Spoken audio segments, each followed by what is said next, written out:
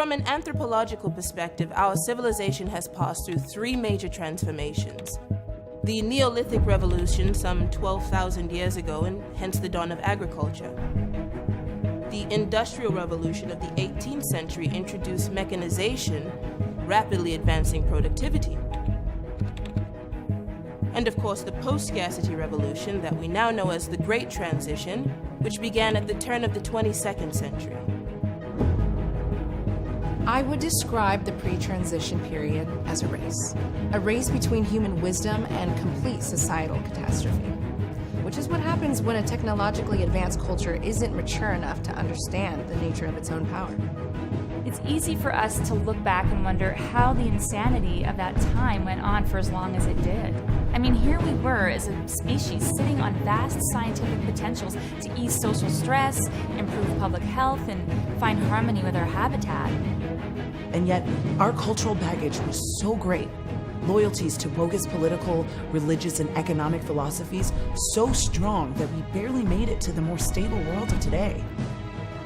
And how did we get to this great transition? Well, it was quite the drama. The traditional avenues of that world's so-called democracy certainly provided no such route. It would take the rise of a kind of apolitical subculture. A subculture existing far outside of the dominant establishments to help guide our civilization in the right direction. And I must say, it is quite the story.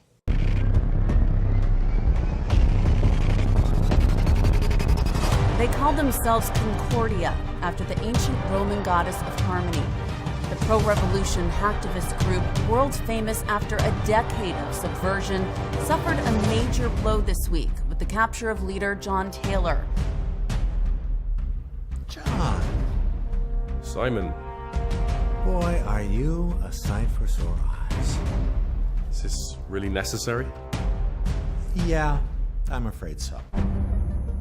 It was just last year they breached the accounts of the world's richest CEOs, extracting some $1.6 trillion, moving that money into virtually traceless charity donations worldwide.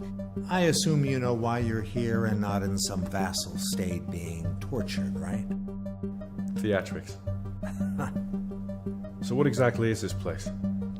I feel like I'm in a badly rendered sci-fi movie. You on a spaceship? Only Spaceship Earth.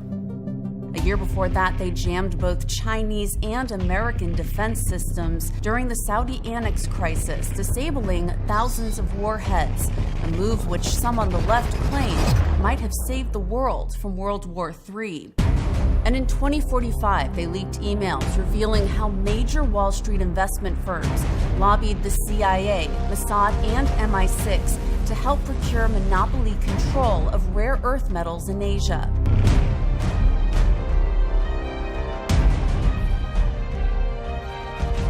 I think we agree this is unprecedented to have a designated terrorist group becoming a pop culture fascination with public support of their anti-government and anti-corporate actions.